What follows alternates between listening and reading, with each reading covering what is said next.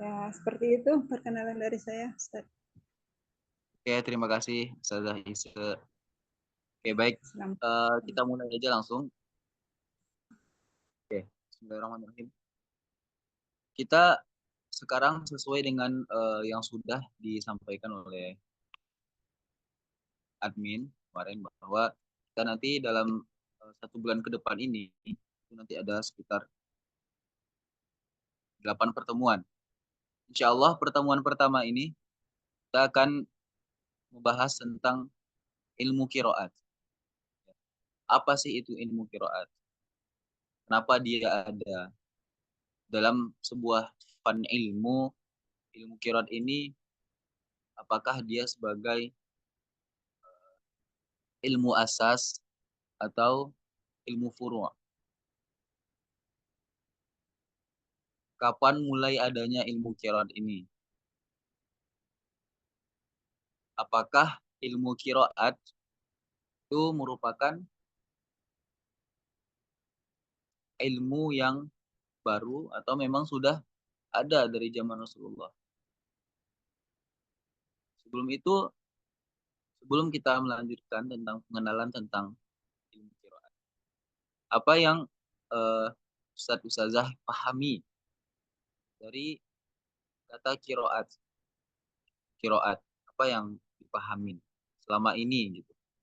Selama ini, sebelum kita melanjutkan perjalanan kita berikutnya, apa yang dipahamin kiroat? Apa sih itu kiroat?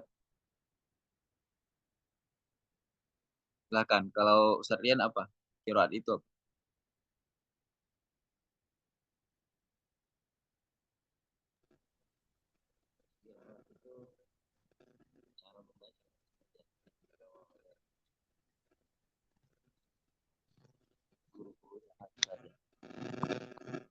Karena sih memang saya masih agak-agak belum paham juga ini doa macam saja dengan dialek-dialek juga yang berbeda ya.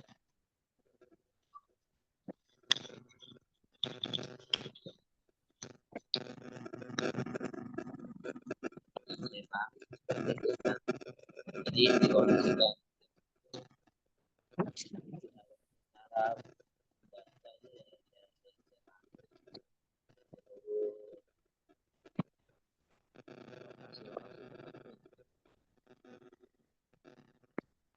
jadi seperti itu kan.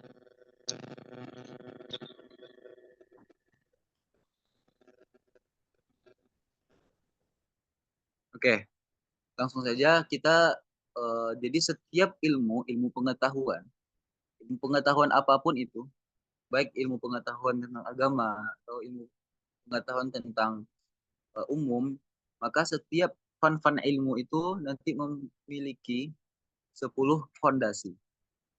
Ada berapa? Ada 10. Setiap ilmu memiliki 10 fondasi yang para penuntut ilmu harus mengetahui 10 fondasi ini sebelum dia menyelami atau meneruskan perjalanan dia terhadap suatu ilmu. Contoh misalkan ilmu matematika. Ilmu matematika sebelum dia masuk kepada ilmu matematika dari segi permasalahan masail-masailnya, dari segi kawaid-kawaidnya, dia harus tahu dulu matematika itu apa, fondasi ilmunya apa saja, ada berapa. Istilahnya 10 fondasi dasar ini itu adalah sebagai mukaddimah, ya mukaddimatul awal, mukaddimah pertama kali kita untuk sebelum masuk ke sebuah ilmu, sebuah pelajaran. Misalkan ilmu hadis. Sebelum kita mempelajari tentang hadis sahih, hadis hasan, sahih li dzatihi, hasan li dzatihi, ghairihi dan seterusnya, maka ada 10 mabadi, yaitu mukaddimah ilmu tersebut yang harus kita pahami. Maka sekarang kita membahas tentang qiraat, maka perlu kita mengetahui 10 macam fondasi ilmu qiraat.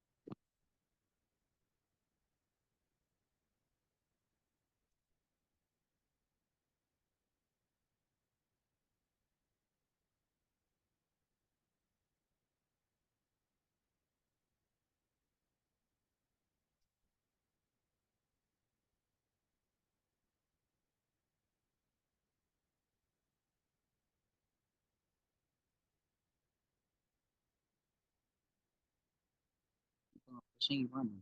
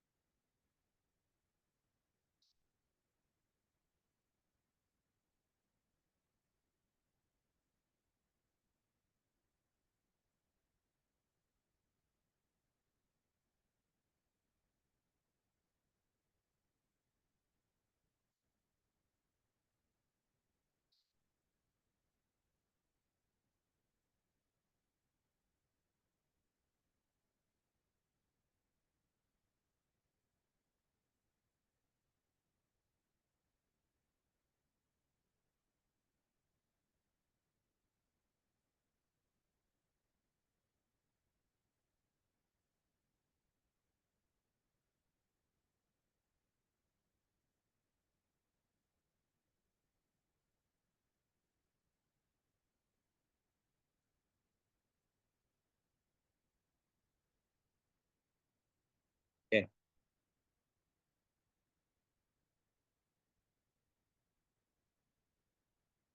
Ada sebuah syair yang berisi tentang 10 macam mabadi ilmu, macam-macam fondasi ilmu. Dikatakan inna mabadi kulla fannin asyra. Sesungguhnya setiap fondasi setiap ilmu itu ada 10. Ya, inna mabadi kulla fannin asyra. Setiap fondasi ilmu apapun itu ilmunya, maka ada 10 hal yang harus kita ketahui. Pertama,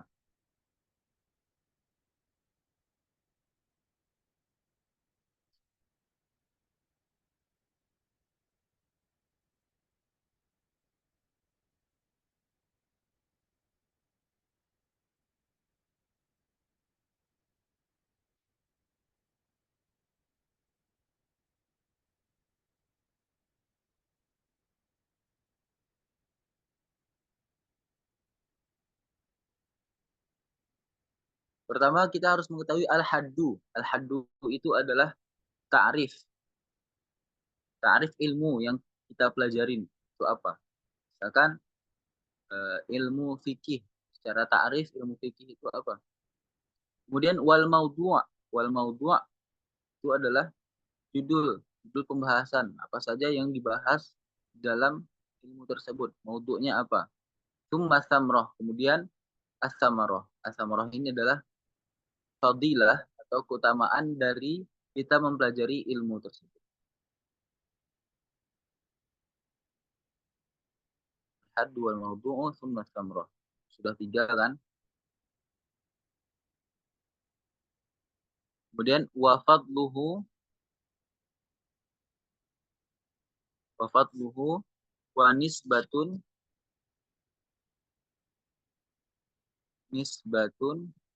wal wadi'. Kemudian yang keempat, wa fadluhu. Fadilah ilmu yang kita pelajari min sairil ulum. Fadilah sebuah ilmu dengan ilmu-ilmu yang lain itu apa? Dan wanisbatun, nisbah ilmu tersebut mana penisbatan ilmu itu. Wal wadi', kemudian pencetus ilmu, misalkan ilmu uh, listrik atau ilmu fisika itu siapa pencetusnya. Terusnya ilmu Quran, Al-Quran itu siapa sih pencetusnya. Ilmu lughah, misalkan ilmu lughah itu siapa pencetusnya, dan seterusnya. Sudah berapa? Sudah 6. Al-haddu wal mawdu'u thumma samrah wa fadluhu wa nisbatun wal wadi'.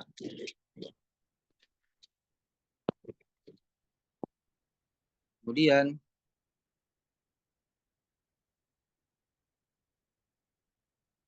dua, list,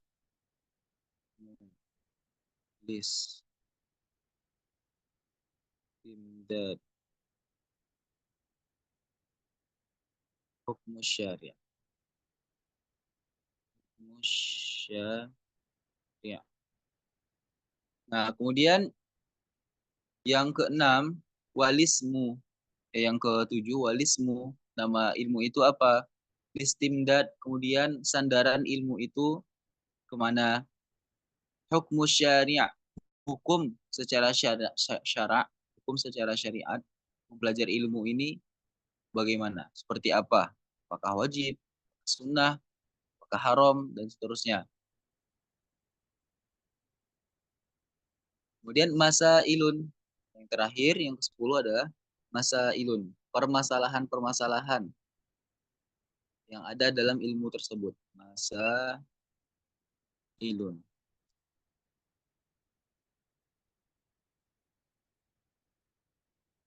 Wal ba'du bil ba'di kafa wa man daral jami'a haza syarafa. Dan setiap satu dengan satu yang lainnya, artinya satu fondasi dengan fondasi yang lainnya itu saling berkaitan. Bila mana kita mampu menyempurnakannya, maka kita bisa mendapatkan hadza syarafa, mendapatkan kemuliaan. Artinya, kalau misalkan kita mengetahui semua 10 fondasi tadi, muqaddimah fi ilmi tadi, maka kita bisa mendapatkan sebuah kemuliaan. Nah, apa saja tadi? Yang pertama adalah mungkin Ustadz Ustazah yang punya pulpen bawa buku mungkin bisa dicatat. Pertama adalah al-haddu atau ta'rif.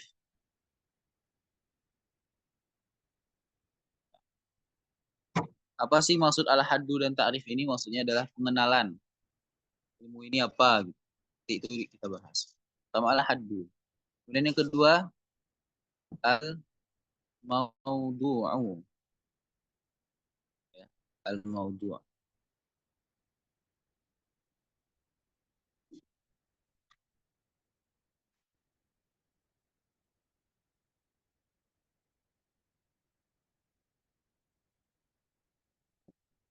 Al-maudu' itu apa tadi? Al-maudu' itu adalah judul atau subtema dari sebuah ilmu tadi. Misalkan ilmu tajwid, apa ta'rifnya? Bahwasanya ilmu tajwid itu adalah ilmu yang membahas tentang kalimat Al-Qur'aniyah. Nanti maudhu'nya ya yang berkaitan dengan huruf-huruf yang ada di dalam Al-Qur'an. Yang ketiga samarah, yaitu fadilah atau hal apa yang bisa kita dapatin setelah mempelajari ilmu tersebut. Itu yang ketiga. Dan yang keempat, wafadluhu, fadlun, fadluhu. Fadluhu, ya ini keutamaan ilmu tersebut. Misalkan ilmu mantik atau ilmu teori teoristis atau ilmu akal gitu. Apa sih keutamaan ilmu itu dengan ilmu-ilmu yang lain? Dan yang kelima, nisbatun. Ya, nisbatun. Sandaran atau nisbah. Nisbah ilmu ini tuh ke yang lain ada penisbatan nggak? Misalkan ilmu tajwid. Ilmu tajwid itu nisbahnya ke ilmu apa?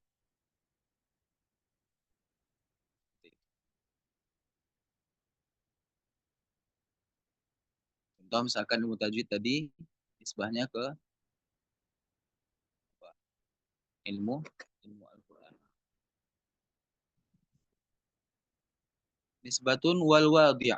Al wadi'.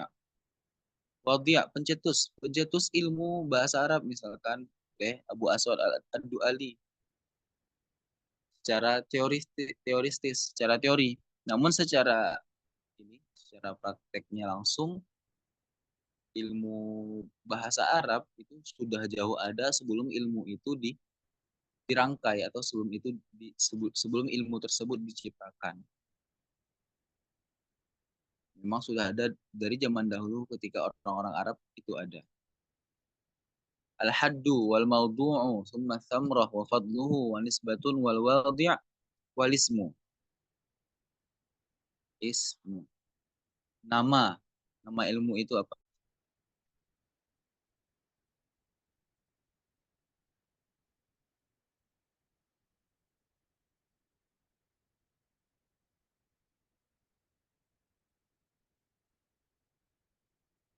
Wal ismu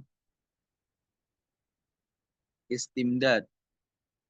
Istim ya Allah.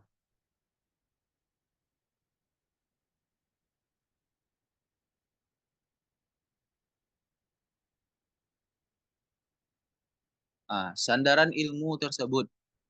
Mana sandarannya? Istimdad, kemudian hukum syariah. Hukum syariah. Apa hukum secara syara mempelajari ilmu? Hukum syariah, masa ilun. Terakhir, masa ilun atau qawaidun. Masail. Permasalahan-permasalahan yang ada yang seputar ilmu tersebut. Nah, inilah 10 hal 10 fondasi dalam sebuah ilmu. Pertama al-haddu yaitu ta'rif, pengenalan terhadap ilmu itu apa yang kita pelajarin. Al-haddu wal mawdu', kemudian yang kedua mawdu', ketiga samarah, keempat fadluhu, kelima nisbatun, keenam wal wadi', al-ismu ketujuh, istimdad ke-8, musyari' 9, masailun yang karena sekarang kita membahas tentang ilmu qiraat. Bismillah, kita dari semua yang 10 ini. Pertama dari segi ta'rif. Apa sih ta'rif ilmu qiraat? Ilmu qiraat. Ilmu insyaallah.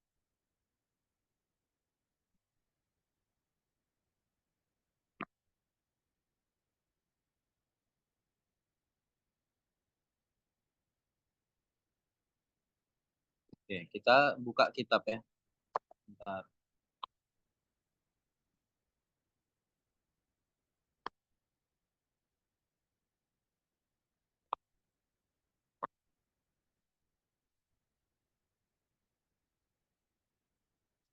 Saya tadi nulis di papan tulis kelihatan nggak Ustaz? Ustazah? Kelihatan, Ustaz. Kelihatan ya. Khawatir diam-diam rupanya nggak kelihatan. Oke, baik. Kita buka kitab dulu.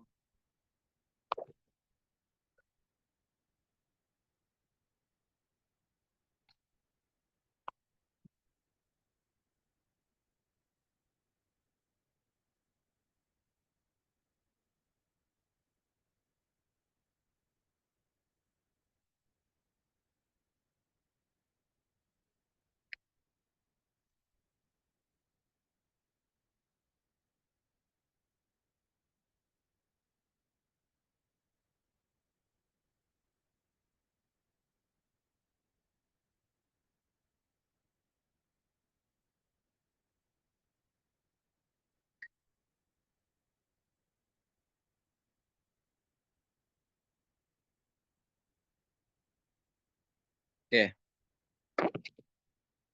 bisa lihat awalan ta'rifu ilmu qiraat. Oke. Jadi para ulama itu dalam setiap mentarifkan sebuah ilmu pasti dua hal yang dipreteli. Pertama, ta'rif, pengenalan secara bahasa, ta'rif lughatan, dan yang kedua ta'rif istilahan. Baik ilmu apapun yang kita ingin pelajari itu pasti dua hal itu. pertama ta'rif secara bahasa, kemudian ta'rif secara istilah. Terkadang ta'rif secara bahasa ini tuh dia lebih syumul, ya biasanya tuh dia lebih kuli atau lebih secara umum, secara umum. Namun kalau sudah masuk secara istilah, dia itu telah mentafsirkan setelah mengikat, ya udah berarti ilmu ilmu fikih itu ya itu gitu. Misalkan contoh misalkan ilmu fikih. Fikhu fil lughatan itu artinya al-fahmu. Secara lughah fikih itu adalah al-fahmu. Nah, kalau misalkan kita hanya memahami ilmu fikih secara bahasa saja yaitu fahmu, maka yang lain itu bisa masuk. Tidak hanya fikih saja pemahaman. Pemahaman apa gitu secara lughah. Tapi nanti kalau udah masuk secara istilah baru kelihatan oh ternyata itu ya ilmu fikih. Al-ahkam, asy-syariah, al-mukallaf, bahwasanya ilmu fikih itu adalah sebuah ilmu berupa hukum-hukum ditetapkan kepada orang yang mukallaf. Terusnya itu yang nanti membedakan dia dengan ilmu-ilmu yang lain itu nanti bisa. Sekarang kita tarif ilmu qiraat. Ammal qiraatu lughatan fahiya jam'u qiraah wa hiya fil lughah masdar qara'a yuqalu qara'a yaqra'u qiraah wa Qur'anan bi ma'na tala fa huwa qari' wal Qur'anu masdar. Secara bahasa qiraat itu jamak dari kata qiraah. Qiraah itu adalah masdar. Masdar dari kata qara'a. Katakan qara'a ya qara'u qiraah kataba yaktubu kitabah. Apalagi jala saya jelisu qara'a yaqra'u qira'ah wa Qur'anan bimakna tala. Jadi qira'ah yaqra'u itu bimakna diartikan dengan tala. Tala yatslu alladzi, makanya di dalam Al-Qur'an disebutkan alladzina atainahumul kitaba yatlunahu haqqa tilawati. Nah, apa nanti perbedaan antara qira'a dengan tala? Ada perbedaan dari kata qira'a dengan tala. Kalau qira'a dalam bahasa kita itu artinya membaca. Kemudian tala dalam bahasa kita juga membaca. Terkadang kesulitan kita sebagai orang Indonesia dalam memahami konteks bahasa Arab, mengartikan bahasa Arab ini karena kurangnya mufradat kita bahasa Indonesia ini kurangnya. Sementara kalau bahasa Arab itu begitu banyak maksud dan arti-artiannya. Contoh misalkan qoro'a sama tala. Apa sih yang membedakannya? Padahal dalam bahasa Indonesia sama-sama membaca. Nanti kalau qoro'a, ini tuh dia masih secara umum. Membaca apa saja yang ingin kita baca. Baik membaca koran, baca buku, baca Al-Quran. Nah, itu makna qoro'a, dia lebih secara umum. Bisa qiraatul Quran, bisa qiraatul kharitoh, bisa qiraatul kutub. Nah, tapi kalau tala membaca juga. Nah, ini dia lebih dikhususkan. Tala yang dimaksudkan di sini adalah tala yatslun Al-Quran. Tidak ada tilawah atau tala kutub misalkan yatslul kutub atau yatslul Quran dan seterusnya. Maka kalimat tala itu biasanya dikhususkan pasti setelahnya adalah Al-Quran. Maka contoh ayat tadi apa? Alladzina atainahumul kitaba yatlunahu haqqa tilawati. Yatlunahu. Membacanya itu Al-Quran dengan sebaik-baiknya bacaan, haqqa tilawati, sebaik-baiknya tilawah.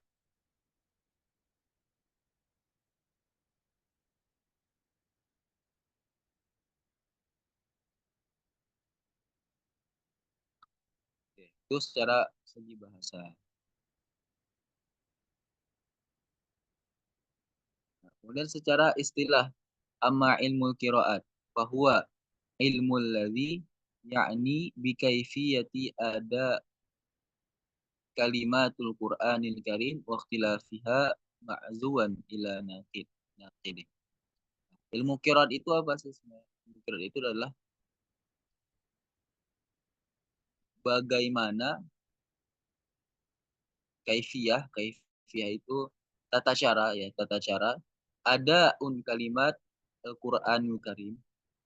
Tata cara ada itu, nah, itu lumayan sulit mengartikan ada ini. Tata cara ada penyampaian setiap kalimat-kalimat dalam Al-Qur'anul Karim. Contoh misalkan di lafaz wa yaqulul kafiru ya laitani kuntu turaba. Nanti dalam ilmu qiraat kita tuh nanti akan mempelajari namanya ada penyampaian kalimat-kalimat Al-Qur'anul Karim itu seharusnya itu seperti apa. Contoh wadduha wadduha wal-laili idza saja. Nah, nanti saja apa saja. Nanti itu dibahas di ilmu qiraat. Wal-laili idza saja atau saja beda. Wal-laili idza saja ma wadda'aka rabbuka wa ma qala qala qala waqtilafiha ma'zuwan ila naqih. Nah, dan juga ikhtilaf-ikhtilaf, perbedaan-perbedaan yang terjadi pada setiap kalimat-kalimat yang ada di dalam Al-Qur'anul Karim. Contoh perbedaan dalam segi lahjah, segi lahjahnya. Ada yang membaca dengan taklil atau malah sugro, ada yang baca dengan idja. Misalkan Imam Nafi' setiap kali ada ya maksurah itu kayak huruf ya sampan yang nggak ada titiknya. Itu Imam Nafi' ini Warash, dalam hal ini Imam Warash itu membacanya dengan taklil. Wadduha. Kemudian nanti ada yang baca dengan ija. Ija itu imalah kubro. Hamzah sama Kisai. Imam Hamzah Kisai yang mana ada setiap ya ul maksurah atau ya yang seperti sampan tadi dalam kondisi apapun bentuknya dia dibaca imalah. Waddu he walaidi idza saji. Nah, di kita di Imam Hafaz ada nggak imalah? Nah, gimana Ustazah? Di Imam Hafaz ada nggak imalah? Bismillahirrahmanirrahim. Aywa. Bismillahi majreha. Nah, satu-satunya Imam Hafaz membaca imalah itu di surah Hud. Bismillahi majreha wa mursaha inna rabbil.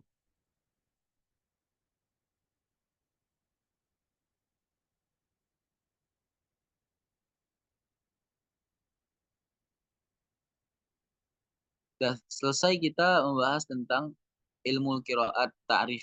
Ta'rif ilmu qiraat itu apa? Berarti tadi secara bahasa dia diambil dari masdar qiraah. Dari kata qara'a ya qara'u qiraah. Oke. Kemudian secara istilah ilmu qiraat itu adalah sebuah ilmu tata cara bagaimana penyampaian yang benar dalam setiap mengucapkan kalimat-kalimat Qur'aniyah dan juga lafaz-lafaz yang berbeda dalam setiap kalimat yang ada. Itu ilmu qiraat.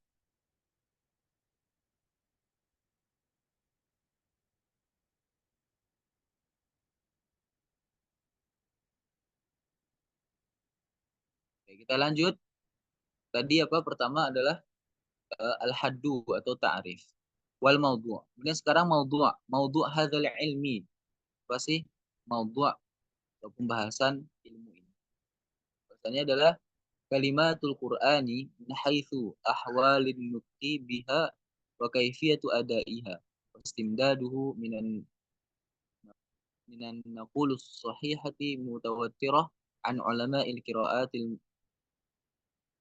mausulati ila Rasulillah sallallahu alaihi wasallam. Bahwasanya maudhu' ilmu qiraat adalah kalimat-kalimat Al-Qur'an. Kalimat-kalimat Al-Qur'an min haitsu ahwalin nutqi. Dari segi kondisi pengucapan kalimat tersebut. Wa kaifiyatu adaiha. Dan tata cara penyampaiannya. Sama seperti dengan ta'rif tadi kan. masih seputar tentang kalimat Al-Quran. Nanti Al-Quran itu terdiri dari huruf, terdiri dari kalimat, terdiri dari ayat. Nah, ini yang dibahas dalam ilmu Quran itu adalah setiap kalimat-kalimat Al-Quran. Min haitsu apa? Min haitsu ahwalin nutqi. Bagaimana kondisi atau tata cara yang seharusnya kita baca. Contoh misalkan kalimat ya ayyuhalladzina amanu in ja'akum fasiqun binaba'in fatabayyanu, ya kan? Kondisi dalam pengucapannya kita di situ pada kalimat fatabayyanu kita membacanya dengan fatabayyanu, ya kan? Maka nanti ada kondisi tertentu dalam membaca kalimat tadi jadinya fatasabbat wa kaifiyatu adaiha, kan? Tata cara penyampaian ada ihana. Kalau ada ini itu kita bisa dapatin ada kita itu benar-benar fasih dan lancar itu dengan mulazamah kepada guru. Jadi nanti misalkan ustazah ada guru Qur'annya, belajar ke guru tersebut yang sudah standarisasi, memang benar-benar sudah ada sanad membaca Al-Quran dari Al-Fatihah sampai An-Nas, guru yang benar-benar mungkin yang benar dobit dalam proses kita mengambil sanad tadi.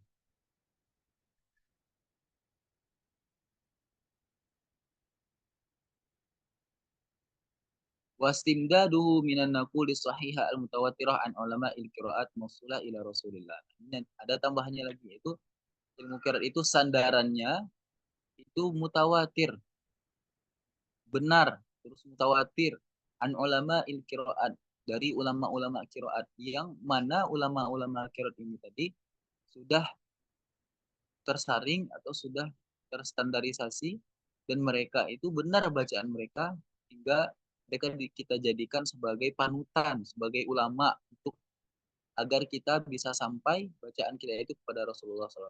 Jadi setiap kita seorang thalibul ilmi ketika dia membaca Al-Quran kepada gurunya, pasti dia ketika dia mendapatkan sanad pasti dia akan menemukan dalam silsilah sanadnya itu ulama-ulama qiraat. Contoh misalkan kita proses dalam mengambil sanad qiraat Imam Asim, maka nama kita kemudian guru kita terus-terusnya sampai ke Imam Asim. Nanti Imam Asim ke Abdurrahman bin Salam, itu tabi'in, Abdurrahman bin Salam ke 5 sahabat, Utsman bin Affan, Ali bin Abi Thalib, Zaid bin Thabit. Kemudian para sahabat tersebut mengambil dari Rasulullah. Jadi itulah maudhu'nya, pembahasan yang akan kita bahas di dalam ilmu qiraat.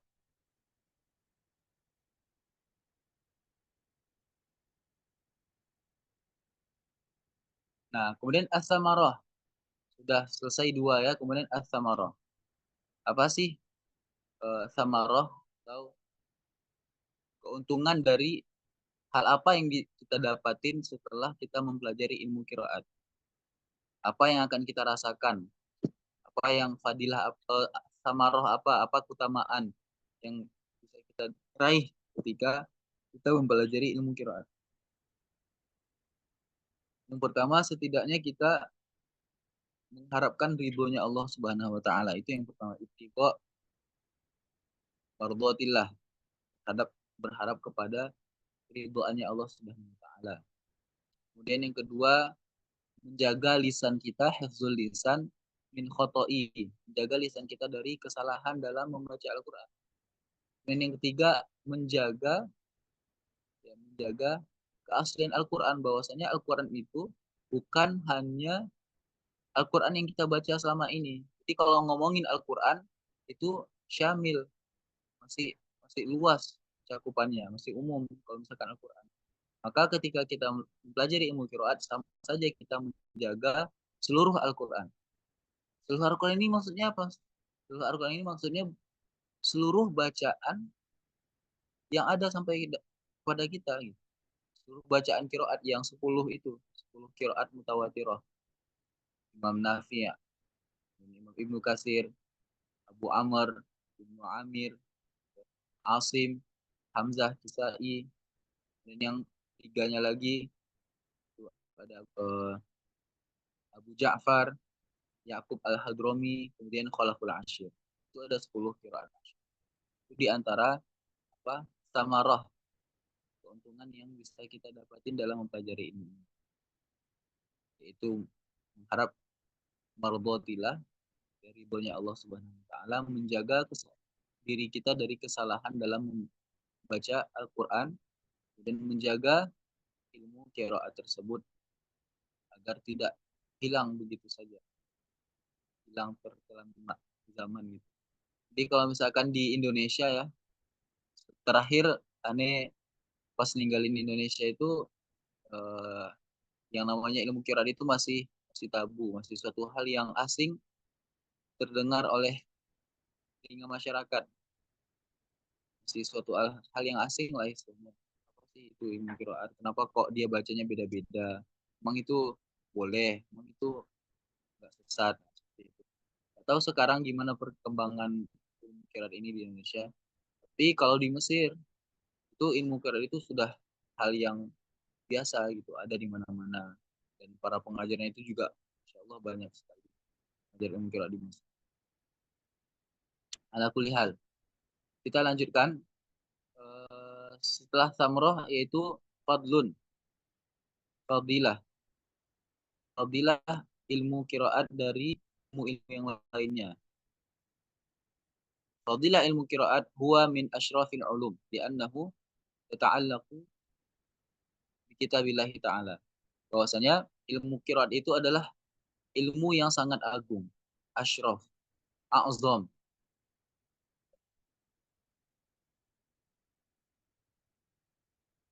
Kenapa dia a'zam? Karena langsung berkaitan ta'allaq bi kitabillahi azza wa jalla.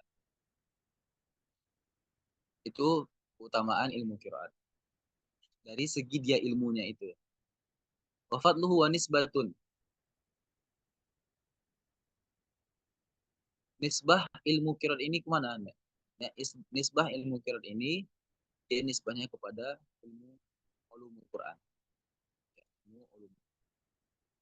Wal wadi', kemudian berikutnya adalah wal wadi', pencetus. Siapa sih pencetus? Awal mulanya ada ilmu qiraat. Nah, secara ada dua, secara diroyah dan secara riwayah.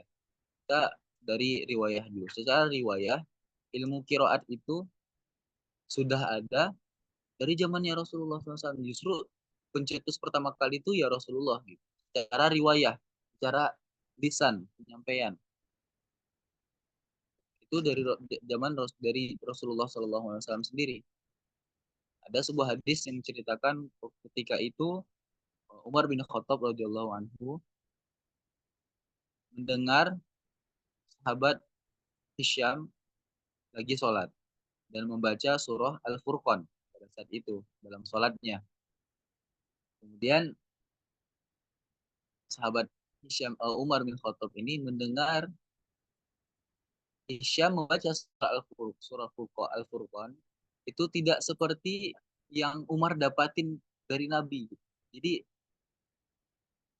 Hisham ini kok beda bacanya dengan Umar. Umar terheran-heran lah. Ini orang kok bisa beda dia bacanya seperti aku. Padahal aku ngambil Rasulullah seperti ini loh. Jangan-jangan dia salah ini. Hampir saja pada saat itu Umar menceritakan, hampir saja aku membatalin sholatnya si Hisham karena nggak bisa dibiarin ini salah ini. Gitu. Umar merasa ini suatu hal yang salah. Akhirnya Umar sabar menunggu selesai Hisham sholat. Kemudian setelah Hisham assalamualaikum ini kan sama Umar ditarik kerah jubahnya, misalnya ditarik kerah jubahnya kemudian dibawa ke hadapan Rasulullah SAW. Kemudian sampai di hadapan Rasulullah SAW, Umar ngomong, ya Rasul, ini Hisham membaca Al-Quran. Aneh Rasulullah, dia membaca Al-Quran berbeda dengan engkau ajarkan kepadaku ya Rasul. Kenapa bisa seperti ini? Kemudian Rasulullah, apa yang Rasulullah lakukan? Rasulullah bertanya kepada sahabat Hisham tadi, ya Hisham, Iqra. Hisham, bacalah Hisham surah Al-Furqan. Misalkan Tabarakalladzi nazzala al-furqana ala 'abdihi liyakuna lil 'alamin nadhira. Hakadza unzila. Kemudian Rasulullah setelah Hisham baca, hakadza unzila. Beginilah Al-Qur'an diturunkan. Kemudian Rasulullah sampaikan, Iqra ya Umar. Tabarakalladzi nazzala al-furqana ala 'abdihi liyakuna lil 'alamin nadhira. Ada perbedaan tadi kan? Hisham membacanya nadhira, Umar membacanya nadhira. Kemudian setelah Umar baca, Rasulullah sampaikan, hakadza unzila. Beginilah Al-Qur'an diturunkan. Dan Rasulullah sambung dalam hadisnya, Iqra al-Qur'an, apa namanya? Iqra ma tayassara minal Qur'an. Hakadza unzila li'anna al-Qur'an unzila ala sab'ati ahruf. Hakadza unzila li'anna al-Qur'an unzila ala sab'ati ahrufin. Atau kama qala Rasulullah SAW. Beginilah Al-Qur'an diturunkan. Karena sesungguhnya Al-Qur'an itu diturunkan dengan 7 huruf. Nah, apa yang dimaksudkan dengan 7 huruf? 7 huruf itu apa sih yang dimaksud? Apakah 7 huruf itu yang dimaksudkan adalah 7 qiraah sab'ah? Atau apa yang dimaksudkan dengan 7 huruf? Maka di sini para ulama itu berselisih pendapat tentang makna 7 huruf yang Rasulullah maksud dalam hadis Umar tadi. Cerita Hisham dan Umar. Ada ulama mengatakan bahwa 7 huruf yang dimaksud adalah 7 bahasa kaum Arab. Jadi orang-orang Arab juga memiliki ciri khas bahasa masing-masing. Dari kabilah ini, dari kabilah itu. Nah, itu yang dimaksudkan para ulama. Itu yang pertama pendapat. Kemudian pendapat kedua mengatakan bahwa yang dimaksudkan 7 huruf itu adalah 7 qiraat sab'ah. Yang para imam sab'ah. Pendapat kedua. Kemudian pendapat yang terakhir, yang ketiga, inilah pendapat yang kuat. Maksud dari 7 huruf yang disampaikan Rasulullah itu adalah 7 bentuk perbedaan dalam kalimat Al-Quranul Karim. Ya, 7 bentuk perbedaan dalam Al-Quranul Karim. Jadi apa saja perbedaannya nanti insya Allah. Yang jelas, yang dua pendapat yang tadi saya sampaikan itu pendapatnya tidak diterima. Pendapat yang diterima yang benar-benar ulama bahwa saya 7 huruf yang dimaksudkan dalam hadis tersebut adalah 7 bentuk perbedaan dalam kalimat Al-Quranul Karim, kalimat Qur'aniyah. Oke. Kita lanjutkan. Wa fadluhu wa nisbatun wal wadi'. Wal wadi' itu tadi secara riwayah pencetus ilmu qiraat itu adalah Rasulullah SAW. Itu secara riwayah. Namun secara dirayah pencetus pertama kali ilmu qiraat itu adalah Muhammad bin Mujahid atau Ibnu Mujahid. Siapa sih Ibnu Mujahid ini? Ibnu Mujahid ini adalah seorang ulama yang dia menyusun secara teori, secara diroyah ilmu qiraat. Nah, ketika dulu itu ilmu qiraat itu dibaca itu hanya secara riwayah saja. Rasulullah mengajarkan para sahabat, tabi'in. Muncullah seorang ulama yang ingin menteorikan ini ilmu agar bisa bermanfaat nanti bagi orang-orang asing, orang-orang non-Arab yang belum tentu dia bisa langsung talaki mengambil Al-Quran dengan orang-orang Arab. Ataupun belum sampai agama Islam itu ke Ajam misalnya. Atau ilmu itu belum sampai, akhirnya diteorikan lah ilmu qiraat oleh Imam Ibnu Mujahid. Pada saat itu beliau memiliki standarisasi tertentu, kemudian akhirnya dipilihlah para qori dari dari 6 daerah, dari Mekah, dari Madinah, dari Syam, dari Kufah. Ada tiga imam dari Kufah, kemudian dari Basrah. Jadi itu ada sebuah sejarah tentang pembentukan Al-Quran. Nanti tidak lagi membahas. Jelas pencetus Ibnu Qiraat itu adalah Muhammad bin Mujahid atau Ibnu Mujahid. Wal wadi' walismu. Nah, nama ilmunya ini apa? Ya, ilmu qiraat. Al istimdadu, sandaran ilmu ini ke siapa? Sandaran ilmu ini pada Rasulullah SAW, yang mana Rasulullah SAW mengambil Al-Quran itu dari Jibril, baik secara makna dan juga secara lafaznya. Jibril mengambil Al-Quran dari Allah Subhanahu wa Ta'ala.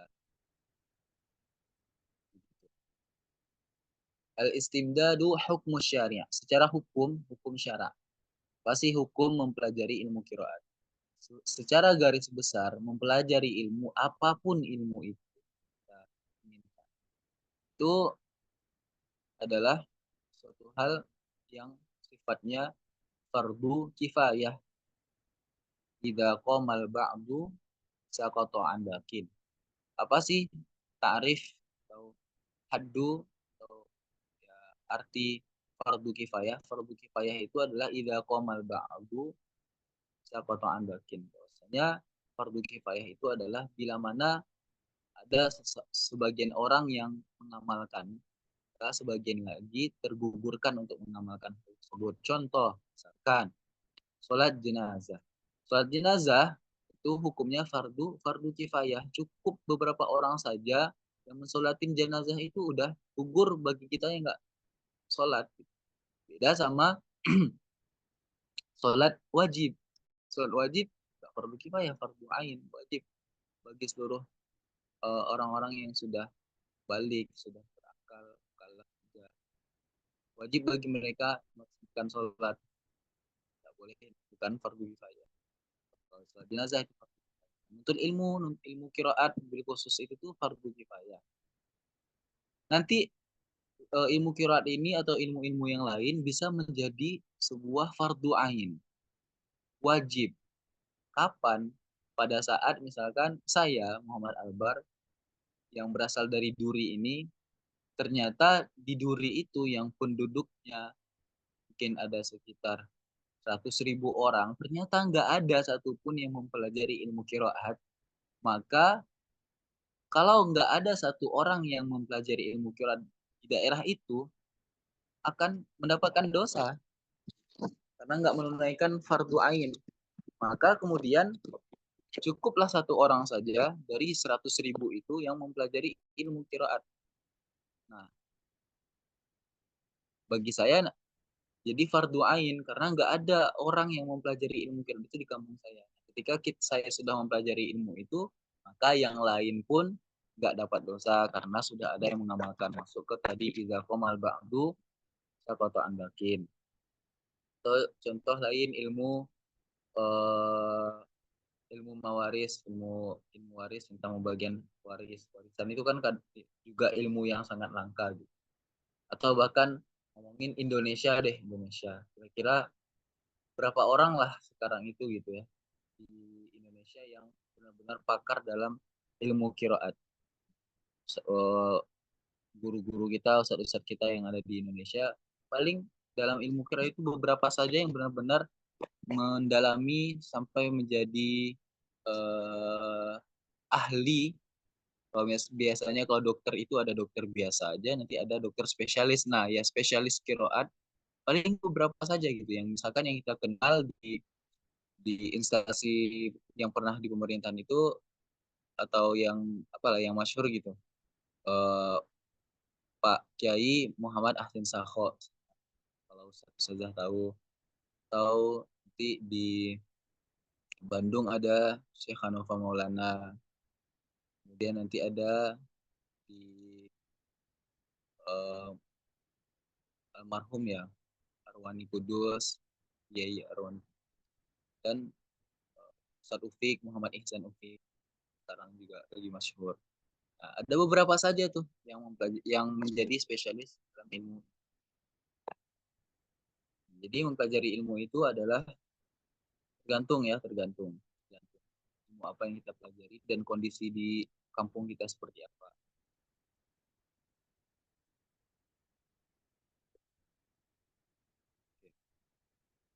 Jadi ilmu qiraat kita pelajarinya itu adalah fardu kifayah, sesuatu yang wajib.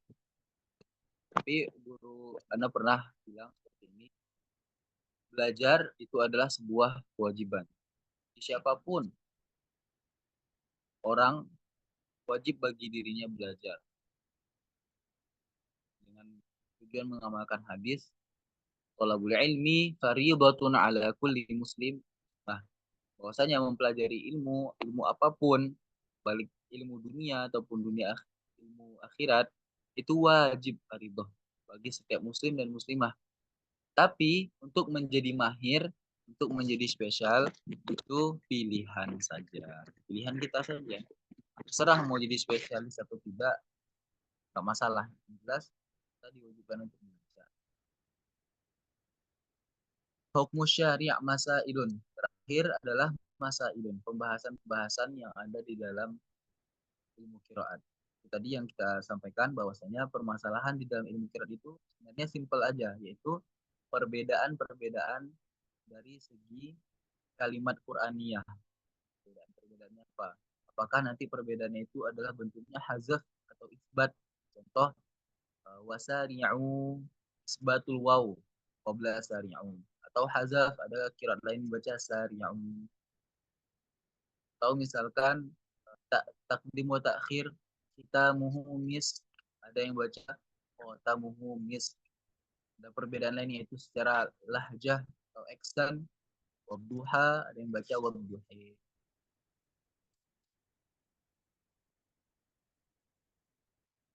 Dah selesai muqaddimah ilmu qiraat.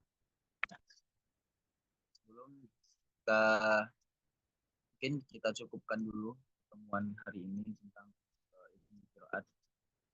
Sebelum mungkin kita mau diskusi dulu, atau misalkan ada yang mau ditanyakan atau ada hal yang masih kurang paham, mungkin bisa kita diskusikan lagi apa yang kira-kira yang belum kita pahami dari pertemuan pertama ini. Baik, silakan Ustaz-Ustazah yang ingin bertanya atau yang ingin ternyata masih ada iskal, masih ada hal yang belum dipahami, mungkin ini kesempatan waktu kita untuk saling sharing dan membahas.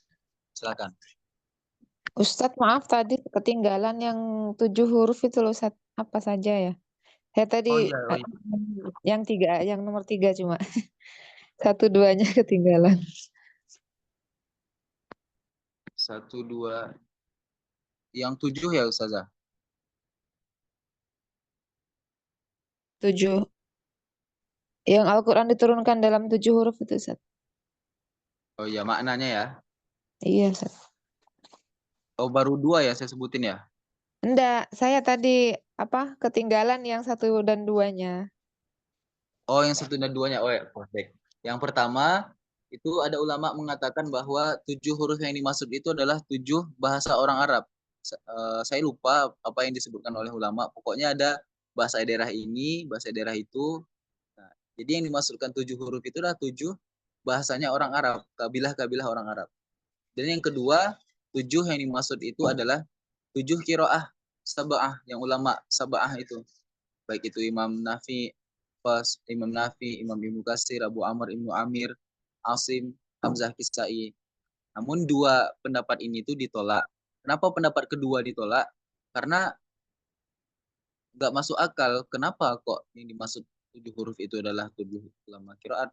Padahal pada saat itu mereka, para ulama qiraat itu belum lahir. Kenapa dinisbatkan kepada mereka? Jadi masuk akal.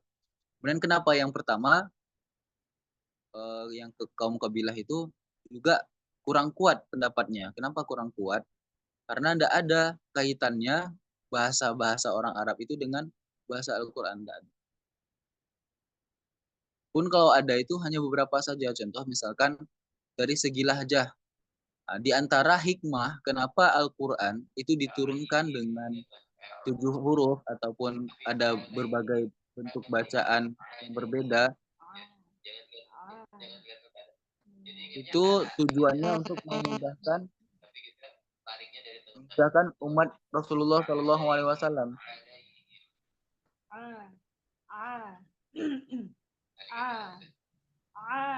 Ya, untuk memudahkan umat Rasulullah SAW. Contoh misalkan di dalam hadis itu untuk memudahkan kan. Contoh misalkan di Wadduha. Ada sebuah kabilah dari Arab itu, dia nggak bisa ngucapin Wadduha, bisanya itu ngucapin Wadduha gitu.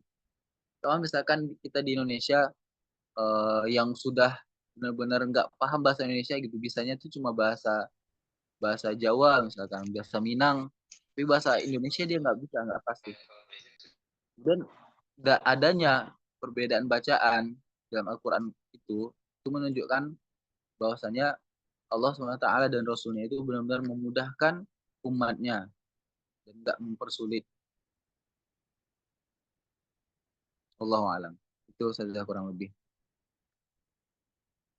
Iya, Ustaz. Terima kasih. Baik, mungkin ada yang lain, Ustaz. Saya tanya Ustaz, mohon maaf. Silakan, Ustaz. Ya Ustaz, ini mau nanya. Ini kan berbicara tentang dialek ya. Kita sering dengar nih di Indonesia, khususnya orang-orang dari Jawa gitu, menyebut alamin itu kan ngalamin. Nah, itu secara ilmunya itu seperti apa tuh Ustaz ya? Itu yang pertama. Terus yang kedua nih Ustaz, tentang ini riwayat apa sih Ustaz ya? Mau tanya ini masih jadi ambigu buat saya ya. Apa? Ya. Surat Al-Fatihah itu kan yang an'amta alaihim ghairil maghdubi alaihim waladdallin. Nah, ada orang yang baca di alaihim itu dia berhenti. Tapi ada beberapa pendapat yang nggak boleh berhenti gitu, langsung disambung alaihim ghairil maghdubi alaihim waladdallin gitu sampai akhir. Jadi dalam satu pas lah bahasanya gitu. Itu bagaimana Ustaz ya? Yang tepatnya seperti apa Ustaz ya? Itu yang surat Al-Fatihah sama yang tadi itu yang ngalamin itu ya Ustaz. Terima kasih Ustaz. Baik, Masya Allah. Terima kasih Ustaz Rian. Pertanyaannya, Masya Allah, bagus sekali. Yang pertama tentang alaihim ya. Itu beliau sampaikan katanya alaihim itu ada tuh misalkan kawan-kawan kita di Jawa ngalaihim misalkan.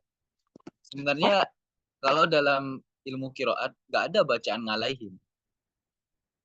Semua sepakat bacaan yang sampai kepada kita ya sudah alaihim. Cuma nanti yang berbeda itu apakah yang hanya dibaca hu alaihum atau nanti mimnya dibaca silah alaihimu.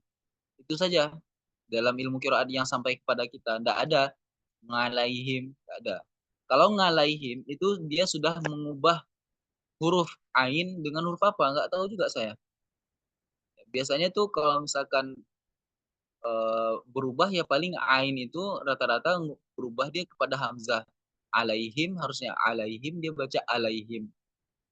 Artinya itu kesalahan yang fatal. Nanti di dalam tajwid nanti ada kesalahan fatal sama kesalahan yang tidak fatal. Ngalaihim itu termasuk kesalahan yang fatal. Apa makna ngalaihim? Wallahu a'lam. Artinya itu bukan kiroat dan harus kita luruskan bacaan yang benar. Ain itu seperti apa mengucapkannya? Ain itu berada di tengah tenggorokan. Dilatih, dirasa-rasakan. Tengah tenggorokan itu yang mana? Ha, a. Dan setelah huruf a, huruf lam, ala. Setelah ala ada ya, alai. Dan him, alaihim. Bukan ngalaihim. Kemudian yang kedua, itu permasalahan tentang wakaf ya berarti ya, Ustaz ya. Wakaf Ustaz. Wakaf ya. Kan kalau di Al-Quran itu ada tanda wakaf lam kecil tuh Ustaz. Itu gimana tuh Ustaz ya? Rasulullah pernah sampaikan yassiru wala tu'assiru. Berikanlah kemudahan dan janganlah mempersulit. Tapi jangan juga bermudah-mudahkan dalam beragama. Artinya agama Islam itu benar memberikan kita kemudahan dalam setiap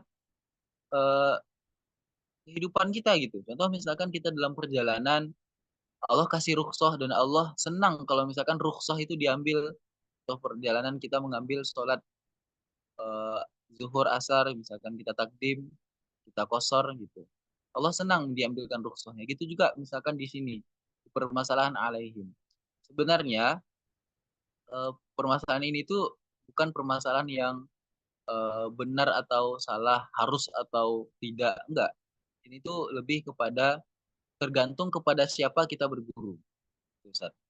Tapi dalam dalam dalam kiroat hafaz itu sendiri, kiroat hafaz itu sendiri, jadi nanti ulama berbeda pendapat tentang ayat pertama dalam surah Al-Fatihah. Ada yang mengatakan ayat pertama dalam surah Al-Fatihah itu adalah Alhamdulillahirabbil alamin. Ada yang mengatakan ayat pertama Al-Fatihah itu adalah Bismillahirrahmanirrahim. Nah, kebetulan qiraat Imam Hafaz itu ayat pertama di surah Al-Fatihah adalah Bismillah. Karena Bismillah itu bagian dari surah Al-Fatihah. Maka di dalam mushafnya itu Siratal ladzina an'amta 'alaihim ghairil maghdubi 'alaihim waladdallin. Nah, itu ayat ketujuh. Nah, ahsannya kita sambung. Tapi itu tadi ada kemudahan bila mana kita nggak mampu secara nafas kita nggak sampai, maka kita boleh berhenti di situ. Siratal ladzina an'amta 'alaihim ghairil maghdubi 'alaihim waladdallin. Boleh. Nah, sebenarnya yang dikhawatirkan itu mungkin bagi sebenarnya kalau orang-orang awam nggak bakal tahu, tapi kalau orang penuntut ilmu ketika dia baca hafaz kemudian dia berhenti siratal ladzina an'amta 'alaihim. Nah, maka nanti dikhawatirkan alaihim itu tuh merupakan ayat. Jadi ghairil maghdubi 'alaihim waladdallin ayat ke-8. Jadi ada 8 ayat enggak? Ya itu berhenti di situ karena itu nafas kita tuh mampunya sampai di situ akhirnya kita berhenti. Tapi kalau misalkan kita benar-benar bisa sanggup nafas kita sekali jalan, maka itu yang lebih diutamakan, lebih ahsan. Jadi bukan harus atau tidaknya, tapi lebih ada afdoliyah tertentu. Lebih afdol sambung. Kalau nggak mampu sambung ya nggak apa-apa. Contoh misalkan kiroatnya Imam Nafi. Dalam mushaf Imam Nafi, kalau Ustaz nanti beli mushafnya, Bismillahirrahmanirrahim itu bukan ayat. Bukan ayat dari Al-Fatihah. Mana ayat pertamanya? Alhamdulillahirabbil alamin. Nanti ayat ke-6-nya di mana? Ayat ke-6-nya itu nanti di alaihim yang pertama. Siratal ladzina an'amta alaihim. Itu ayat ke-6. Ghairil maghdubi alaihim waladdallin. Semua ulama sepakat bahwa Al-Fatihah itu 7 ayat. Ya kan? Sebagaimana yang disampaikan dalam Quran, walaqad atainaka sab'am minal matani wa Qur'anul azim. Sab'am minal matani, 7 yang dari ma'ani ya. Al-Quran Al-Azim itu adalah Al-Fatihah yang sering-sering diulang dalam sholat. Nah, semua sepakat bahwasanya Al-Fatihah itu 7 ayat. Nanti yang membedakan itu apakah ayat pertamanya itu Bismillahirrahmanirrahim merupakan ayat dari Al-Fatihah atau Alhamdulillah ayat pertama. Nanti ada seperti Imam Hafiz Bismillahirrahmanirrahim ayat pertama, kalau Imam Nafi Alhamdulillahirabbil alamin. Enggak, semua sepakat 7 ayat, cuma nanti perbedaannya adalah di situ. Bismillahirrahmanirrahim sama alaihim. Kalau Nafi Al-Fatihahnya Bismillahnya itu bukan ayat, ayat pertamanya Alhamdulillah, nanti ayat ke-6-nya di alaihim pertama. Kalau Imam Hafaz dianjurkan, diafdalkan kita untuk sambung sampai waladhdallin, kalau nggak mampu ya berhenti di siratal ladzina an'amta. Seperti itu. Semoga terjawab. Allahu a'lam.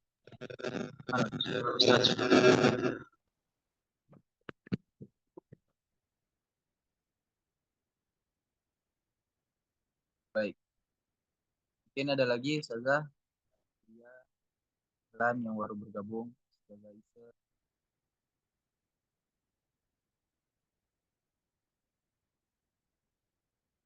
Mungkin kita sudahi dulu pertemuan hari ini dengan doa kafaratul majlis.